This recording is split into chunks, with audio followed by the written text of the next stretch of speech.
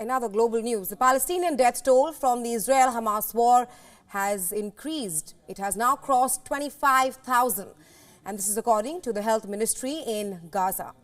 In its first public report since the attack, the militant group Hamas has released a 16-page report titled Our Narrative.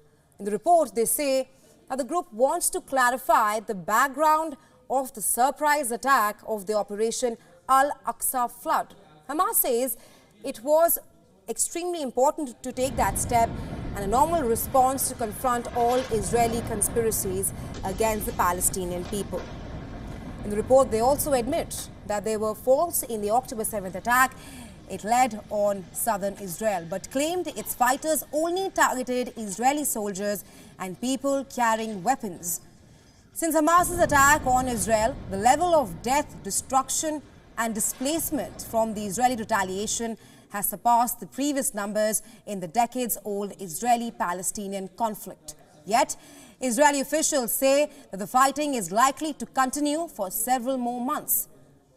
Israeli Prime Minister Benjamin Netanyahu has vowed to take up the offensive until Israel achieves complete victory over Hamas and returns all the remaining hostages. Netanyahu has also rejected conditions which were put forth by the militant group to end the war and release hostages that would include Israel's complete withdrawal from the area, which will also leave the militant group Hamas in power in Gaza. The United States, which has provided essential diplomatic and military support to Israel in its war, a day after Israeli Prime Minister's first phone call in weeks with US President Joe Biden, Netanyahu doubled down on his position to the creation of a Palestinian state. He has rejected US and international calls for post-war plans, and that would include a path to Palestinian statehood. The Israeli army has announced the death of another soldier in the October 7th attacks. They say that his body was being held in Gaza.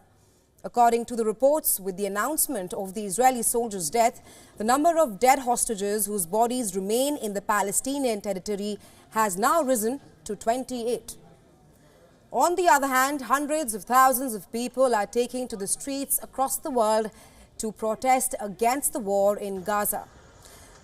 The pro-Palestinian demonstrators are demanding an end to Israel's offensive, to what they call is Israel's genocide on Gaza.